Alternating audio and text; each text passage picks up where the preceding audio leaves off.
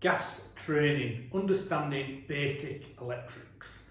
My name's Hart and today I'm back at Viva Training Academy and I've got Roy, and Roy is going to go through reverse polarity, go through a bit with multimeter, a bit with socket and C, and just hopefully help you understand basics when you're going to do fault finding really on a boiler, and how sometimes the electrical side of it can trip you up a little bit. So yeah, without further ado, let's go over to Roy.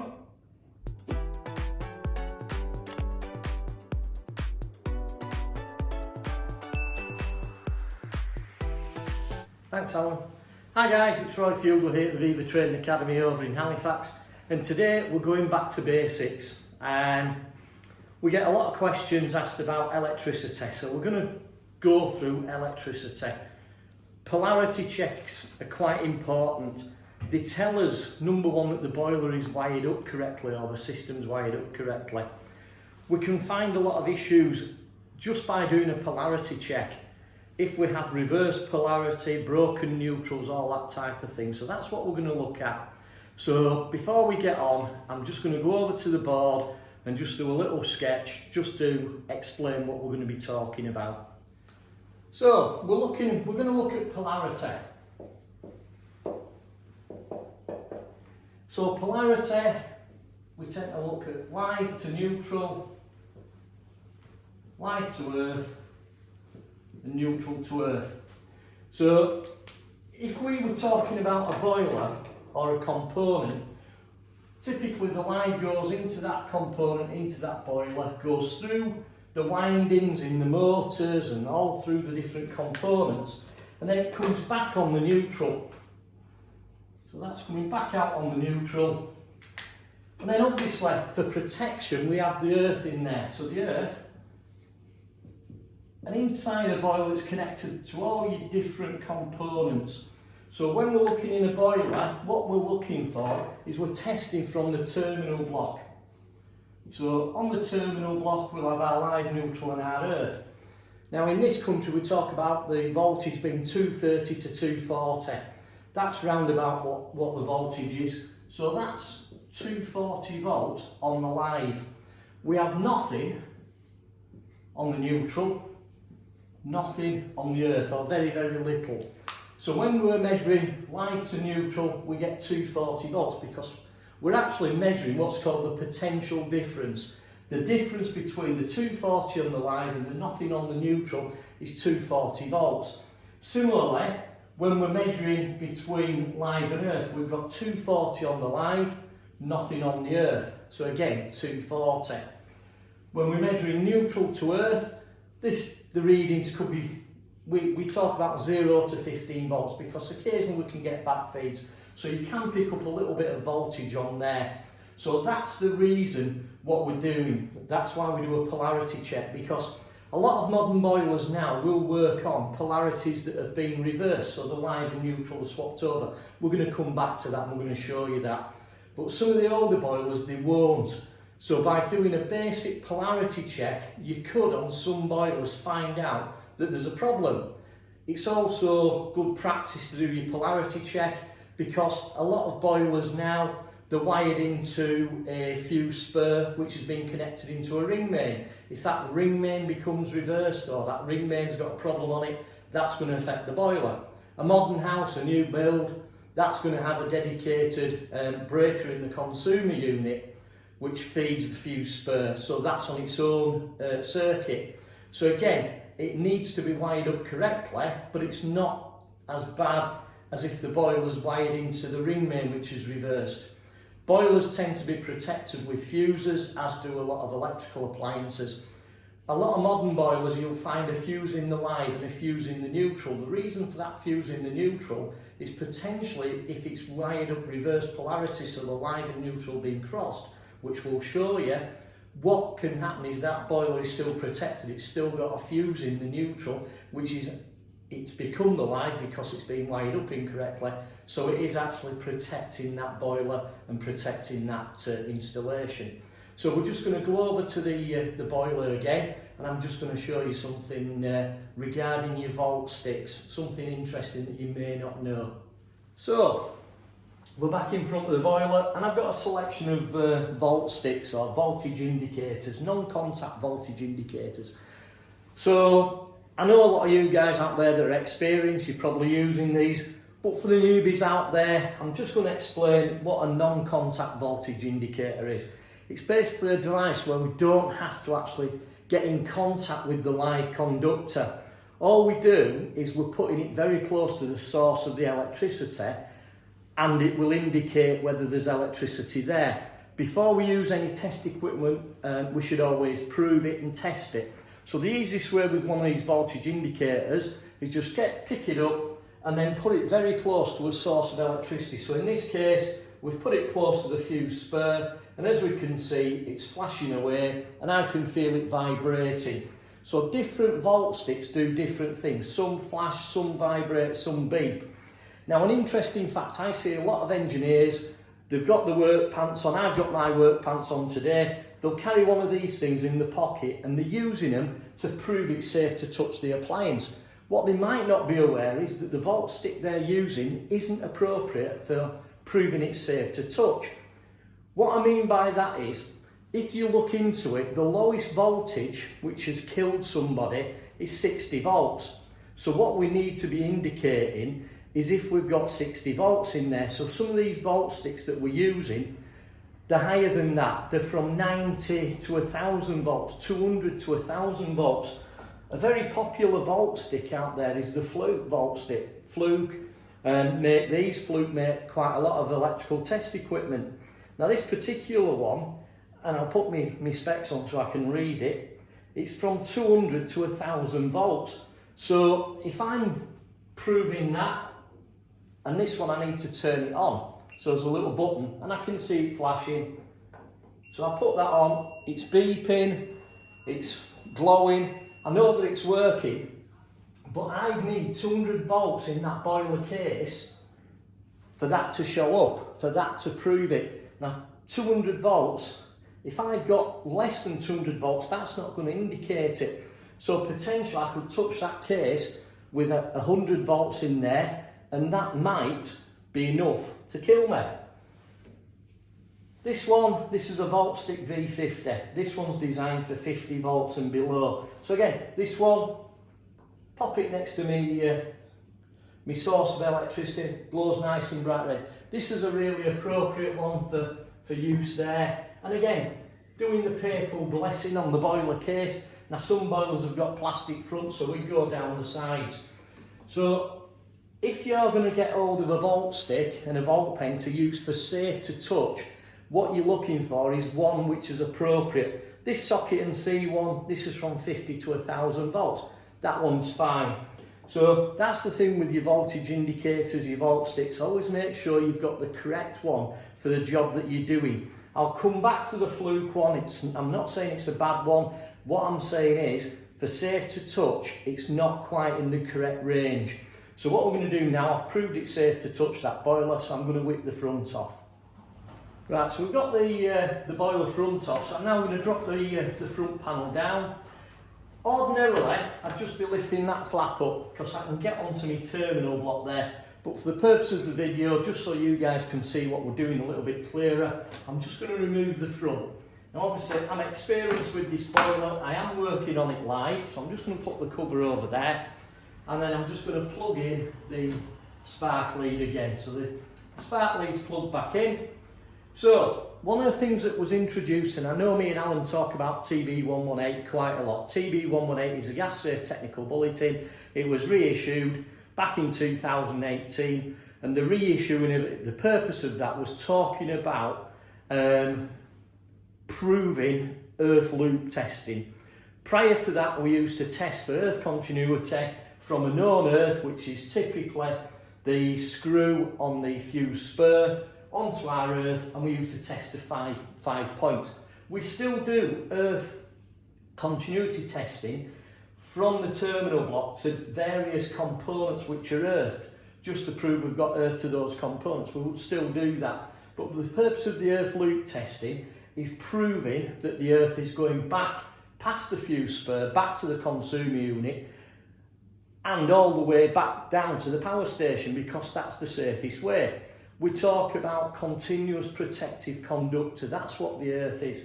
So for the purpose of testing that, I've got this socket and see earth tester.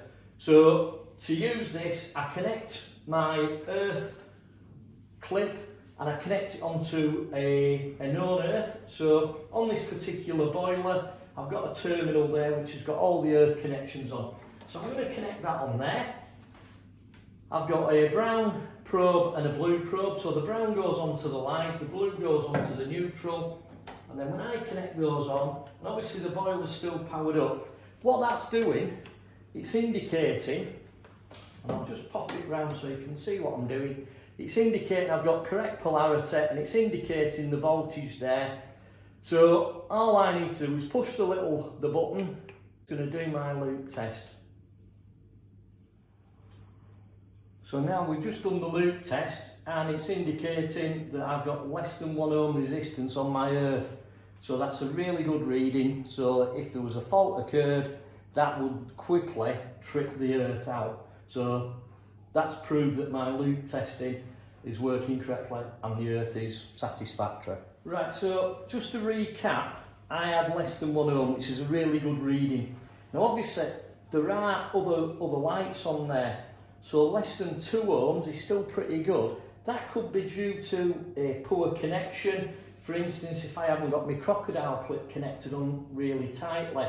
So if you're getting less than 2, just double check that you've got your crocodile clip connected onto a really good terminal. Less than 100, less than 200, over 200, that's showing there's a problem. Now there is one type of system, which is when you talk about earthing, you talk about a TT system. They're the ones where you've got the overhead cables coming into usually remote properties. So in the socket and see instructions, it does explain about that. So the only installation where the result is acceptable, so the third LED, it shows green. This shows a measured loop value of less than 100, but more than 2. It does explain that that could be on a TT system, the overhead system. So if you're out in the sticks and you're doing a test, that could be the reason that you're getting over 100 ohms. Any of the others, you're indicating that you've not got a really good earth. So the recommendation would be to get the customer to get an electrician in to check it out. It's not saying there isn't an earth because it's indicating there is, but it's saying that it's not a good passage to earth. So potentially, the higher the resistance there, the longer it takes for something to trip out, which obviously, if you're getting an electric shock off there, you want it tripping out as quickly as possible. So that's the reason for the loop testing. So what we're going to have a look at now is if we connected that up and we didn't get the right readings. So we're just going to set that up now. So I've set a scenario up now. I've come across it hundreds of times in my career where what's happened is the live and neutral have become crossed. So I'm going to put the machine on and show you how it would indicate on the machine, and then I'm going to go across onto the board and explain it a little bit more. So I'm going to put the live connection onto the live, neutral onto there, and it's doing me a polarity check. So it's actually coming up, I've got the correct voltage, but I've got 2 red lights flashing on the bottom and a green light on the top. So it's telling me my earth's correct, but my live and neutral have become crossed. So I'll just pop onto the board and I'll explain how that happens and what's caused it. So as we saw, it was reverse polarity. So what's actually happened is that instead of having 240 volts on the live, I've got 0 volts on the live, and the 240 volts is on the neutral. Now this occurs when the live and neutral have been swapped, have been switched over. It can happen for numerous reasons. It could be that that's how it's been wired from day one, and the boiler's working on reverse polarity. This particular boiler will work on reverse polarity. It could be the customer's had some work done. Now, a lot of customers still think that if it's a problem with the boiler, it's got to be gas related, so they'll get in touch with us. They'll have some electrical work done, the boiler stops working, and they don't put two and two together and think, oh, it's because of the electric work I've had done. It's my gas boiler. It's got nothing to do with that. I'll get in touch with the gas engineer. So we go out, and that's where we need to be questioning the customer. Have you had any electrical work done? Things like that. So this was quite a simple one that I've come across a lot in my career. So what we're going to do, I'll go back over there, I'll take the fuse spur off, and I'll show you in the back of the fuse spur what's happened. It's basically the supply to the boiler has become reversed. The live and the neutral are crossed. That's what's giving it onto the boiler. So I'm just going to pop the fuse spur cover off and let you have a look inside and see what I've done. Right, so I've just popped the fuse spur off. It's still live, so I'm not going to stick my fingers in. So what we've got here is the supply for the live. So that's coming from the mains. In this case, it's wired into a plug socket down under the bench in the academy. We've also got the neutral there, and that side, that's coming off the mains. So the top right-hand connection should be the neutral for the boiler, and the left-hand connection is the live for the boiler. So those two have become swapped. Now they're on load, so we've got load and supply. So supply is coming into the fuse spur, load is going out. Sometimes it will be referred to as load and line. So load is the appliance, so that's where you're getting the electricity. Line is where it's coming in. Now back in the day when I was taught as a young apprentice, they always used to say line, if you get rid of the L and the E, it's in. So that's where it comes in. Just something quite simple that I remember from my apprenticeship. So all it needs is me to turn the power off, swap those two over, and that boiler, the polarity will be correct. Before we do that, I'm just going to set another little fault up. We're not going to go through all the different scenarios that you can come across with this machine. I'm going to cover some of them using a multimeter as well. But there's lots and lots of different ones that you can get when you're checking the polarity. And that machine does it for you, and it does a self-check. So there's all sorts of different ones where you can get different configurations of lights coming up there, and it warbles away to tell you that there's a problem. So I'm just going to set another one up, and then I'm going to go through similar things but using a multimeter, just in case you haven't got that type of equipment. So you can see I've got another scenario on here where I've got the neutral flashing amber and the earth and live are flashing green. So when we look on the sheet, it's telling us faulty neutral, that's what it's indicated. So this is where now, faulty neutral, so this is where now I get the multimeter in, because what's it meaning I've got faulty neutral? Does it mean that the neutral's earthed, or is it live? So this is where my multimeter comes into play. So I'll get my multimeter out. This is a Fluke 114, and I'm going to put it onto volts. AC, so squiggly line. So I'm just going to do a standard polarity check. So I'm just going to slide these shrouds down a little bit, just so there's not too much tip showing, but allowing me to get in there, just so I can get into my connections. So I'm going to do my live to earth. So live to earth, and I'm picking up just short of 240, 239. Live to neutral. And I'm picking up about 4 volts on there, 4.2 volts. So that's obviously a problem. I should expect me 240. So then my neutral to earth, and on my neutral to earth I'm picking up 235. So I've got obviously a problem. What's actually occurred is I've got what's called a broken neutral. So I'll go onto the board and I'll explain that, and then we'll come back and I'll show you what the implications are. But if we have a quick look at the front of the boiler, there's nothing on there. I've got power going to it, but I haven't got a circuit. So I'll explain that more on the board. Right, so as we've seen before, polarity, normally we have 240 volts on the live, nothing on the neutral, nothing on the earth. But as we saw on there, when we were measuring, what we ended up with was live to earth, we had round about 240, 239. Live to neutral, we only had 4 volts. And then neutral to earth, we ended up with about 235 volts. So that's telling me we've got a break in our neutral somewhere. So what's actually happened, somewhere in this neutral, there's a break. So let's say the break's there. So this bit is still connected to wherever, back on the neutral path. Now that could be on the consumer unit, could be on the fuse spur, it could be anywhere. But that's still connected. So up until that point, we'll still have 0 volts. Now what's happening? Anywhere this side, so even through the boiler, through components, at any point that we test on here, we'll have 240 volts. So what's actually happening is when I've obviously tested on the boiler domino block. So at the point where I've tested there, that's actually 240 volts. So if I'm testing, let's say this was back at the fuse spur, wherever I've tested, they're cancelling each other out, so it's 240 minus 240. The reason we've got a little bit of voltage is when we look at the neutral to earth, the 235, if we add those together, that gives us our 240 volts.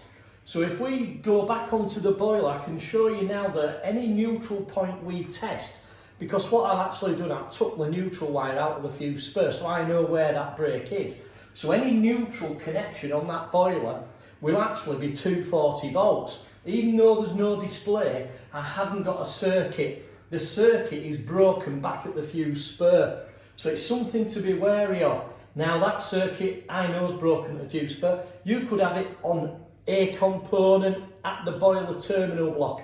So we'll just show you, getting the multimeter out, what's happening. So any neutral connection I test on that boiler now will actually be 240 volts if I test it across to onto an earth connection, because obviously it's picking that up. So that's what we're going to look at now. Right, so I'm just going to drop the front down. So these connections on here, they're all my high voltage connections, my 240 connections. They're coming straight off where the fuse spur is. So I'll put my specs on.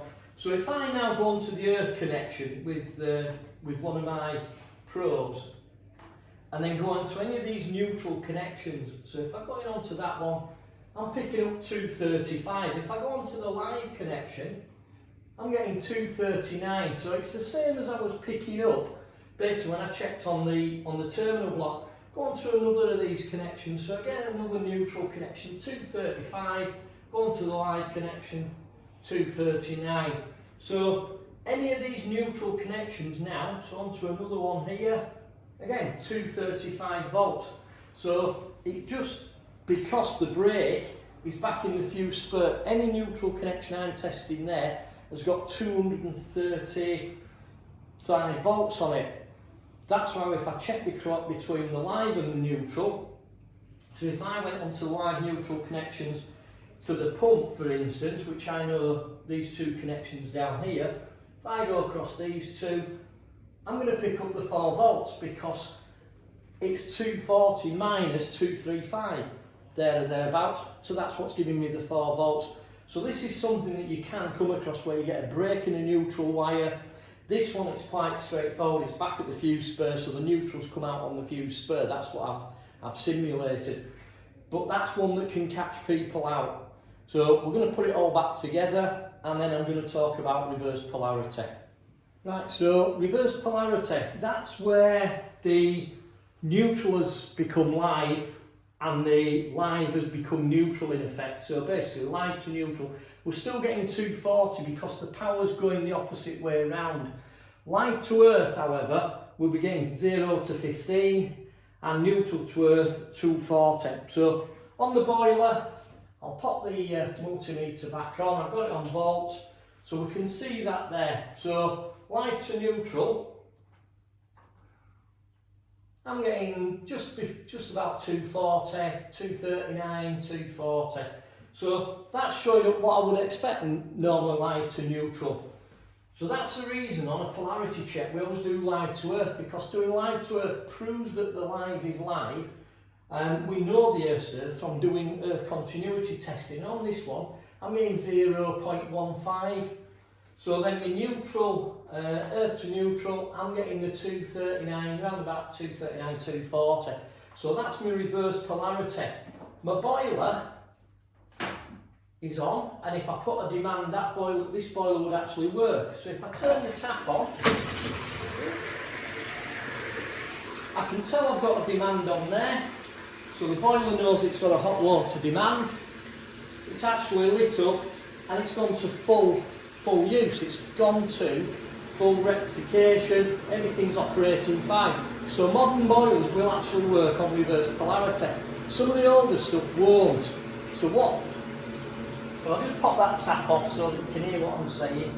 Some of the older boilers won't. So what we'll do now, we'll pop into the other workshop here at the Training Academy at Viva, over in Halifax, and we'll fire up an old Baxi 105. We'll put that onto reverse polarity and you'll see what happens with that one. It'll go to ignition, it will light, but it won't detect the flames there, it won't rectify, so it will shut off. So we'll just set that one up for you and we'll come back to that. Right, so we've moved up into one of the training bays at the Academy, and I've got a Baxi 80 HE Instant. So this is an older boiler, and this won't go to full cycle on reverse polarity. So I'm just going to turn the selector switch on. So this has a preheat because it's been the instant. So what we should get is the little tap symbol should start to flash. There we go, it's flashing. So it's going to go through an ignition sequence. Fans come on. We should start to get a spark. Now that's carrying on sparking. It doesn't know the flames there. It's not picked up on the rectification. So it's running for a few seconds, then it's shut itself down. And obviously now we've locked out on an ignition failure. So that's the problem. Sometimes with reverse polarity, that's what the boiler will do. It'll still appear to work, but it'll go to ignition, but it won't see the flames there. So if you are getting that from a customer rings you up, it won't light. The other thing is, it normally won't reset because it's not going through the right circuitry. So that's just a quick one with reverse polarity. So hopefully today, what we've been showing you, we're looking at electricity and why we do our polarity checks being useful to you. So until next time, thanks very much for watching. It's been Roy Fuglar at the Viva Training Academy over in Halifax. Bye bye until next time. Thank you very much for that, Roy, and as always, thank you to Viva Training Academy, who's putting a lot of time and effort into helping you with these style of videos. Viva have got a fault finding training course available now. If you do want to know more about fault finding, then please give them a ring, see what they've got available at the time. So yeah, thanks for watching.